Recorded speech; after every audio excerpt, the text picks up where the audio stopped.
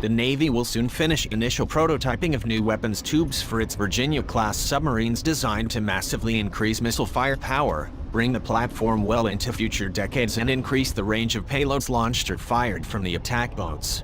The new missile tubes, called the Virginia Payload Modules, will rev up the submarine's Tomahawk missile firing ability from 12 to 40 by adding an additional 28 payload tubes, more than tripling the offensive strike capability of the platforms. Prototyping of the new submarines amounts to early construction, meaning the missile tubes now being engineered and assembled will be those which will ultimately integrate into the completed boat. In essence, construction and metal bending for elements of what will become the first VPM are underway.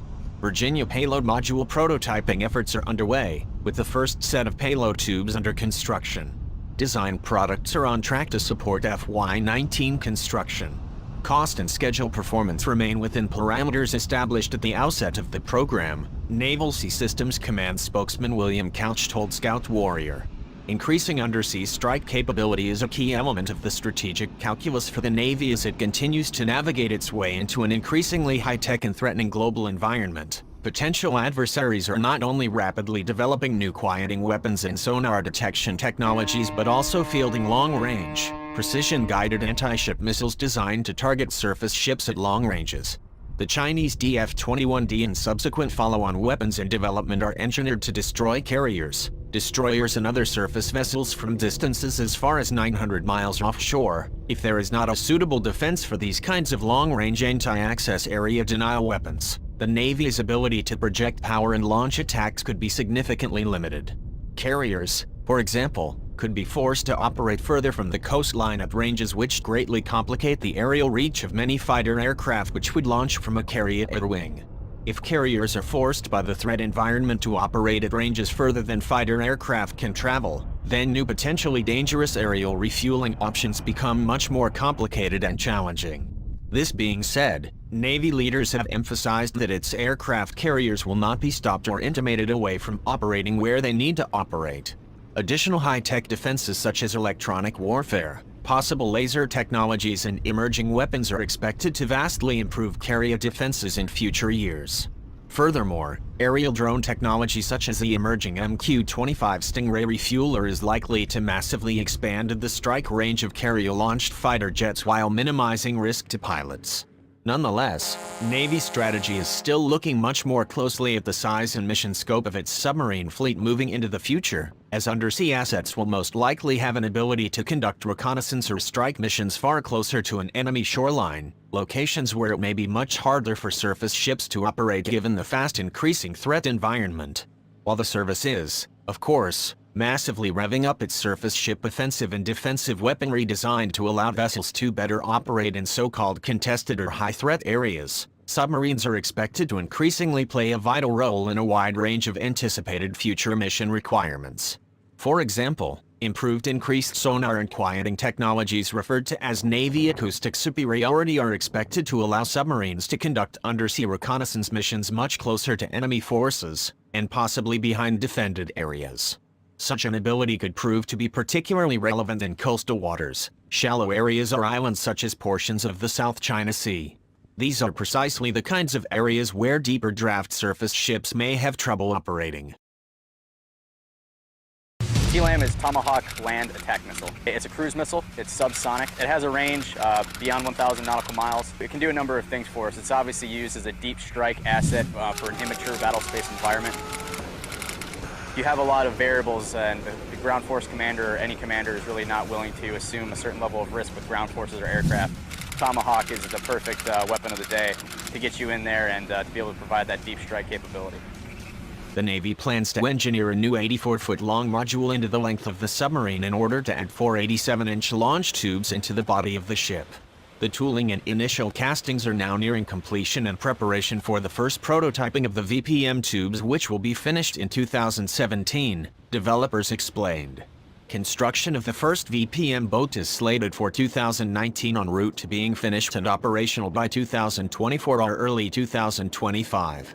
Initial work is underway at an electric boat facility in Quonset Point, RI. The second submarine construction among the planned Block V Virginia-class attack submarine will be engineered with integrated VPM. It is called SSN 803. The last 20 ships of the class, in blocks V, VI and VI, will have VPM integrated. A new massive module will be emerging from an electric bolt manufacturing facility in Quonset Point, RI. Tube and hull forging. Electric bolt developers tell Scout Warrior the VPM technical baseline has now been approved by the Navy, clearing the way for initial construction. The module consists of 4 87-inch vertical payload tubes. The module is broken up into 3 sections: a forward support base, center section with 4 vertical payload tubes, and an internal ballast tank to preserve or restore buoyancy for increasing the length of the ship, an Electric Bolt official told Scout Warrior. Electric Bolt is using an emerging construction technique called tube and hull forging, designed to expedite building and lower costs. The tactic involves connecting the top section of the tube to the pressure hull as one monolithic piece, he said. Along with firing Tomahawk missiles, the additional 87-inch payload tubes are being engineered to accommodate new weapons as they emerge and possibly launch other assets such as unmanned underwater vehicles. The Navy will likely use the pace for a whole bunch of future payloads that they are just starting to think about, Electric Bolt developers said. While it is certainly conceivable that torpedoes and other weapons could eventually be fired from VPM tubes, Virginia-class boats currently have a separate torpedo room with 4 torpedoes able to launch horizontally. A ballast tank has a pressure hull where the crew can operate. Water levels inside the boat are adjusted to raise or lower the boat within the ocean. The weapons are designed to fire out of the launch tubes from a variety of different depths. When the submarine is submerged, there is normally seawater all around the tubes, officials said.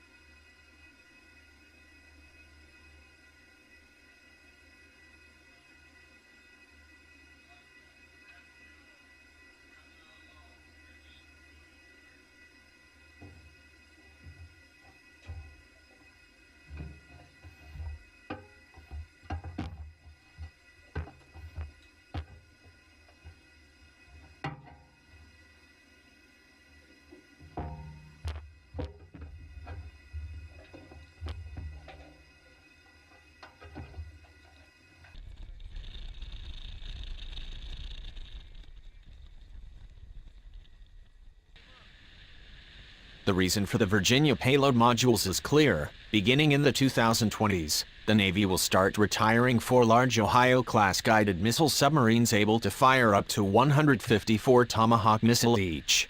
This will result in the Navy losing a massive amount of undersea firepower capability, Navy developers have explained. From 2002 to 2008, the U.S. Navy modified 4 of its oldest nuclear-armed Ohio-class submarines by turning them into ships armed with only conventional missiles: the USS Ohio, USS Michigan, USS Florida, and USS Georgia.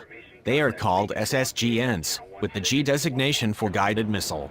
These boats were among us military assets that provided firepower during action against Libya in 2011 by firing Tomahawks from undersea at key locations such as enemy air defenses designed to clear the way for strike aircraft. If the VPM action is not taken, the Navy will lose about 60% of its undersea strike launchers when the SSGNs retire in the 2020s. When VPM construction begins in 2019, that 60% shortfall will become a 40% shortfall in the 2028 timeframe. Accordingly, building VPMs is designed to eliminate the loss of firepower. The rationale for accelerating VPM is to potentially mitigate that 40% to a lower number, Navy developers have said. Virginia-class submarines, engineered to replace the 1980s-era Los Angeles-class attack submarines, are being built in block increments. Blocks I and II, totaling 10 ships, have already been delivered to the Navy. Block III boats are currently under construction. In fact, the first Block III boat, the USS North Dakota, was delivered ahead of schedule in August of 2014. The first several Block IV Virginia-class submarines have been under construction as well, the USS Vermont and the USS Oregon. Last April, the Navy awarded General Dynamics Electric Boat and Huntington Ingalls Industries, Newport News Shipbuilding a $17.6 billion deal to build 10 Block IV subs, with the final boat procured in 2023. Also, design changes to the ship, including a change in the materials used for the submarine's propulsor, will enable Block IV boats to serve for as long as 96 months between depots visits or scheduled maintenance work, Navy developers explained.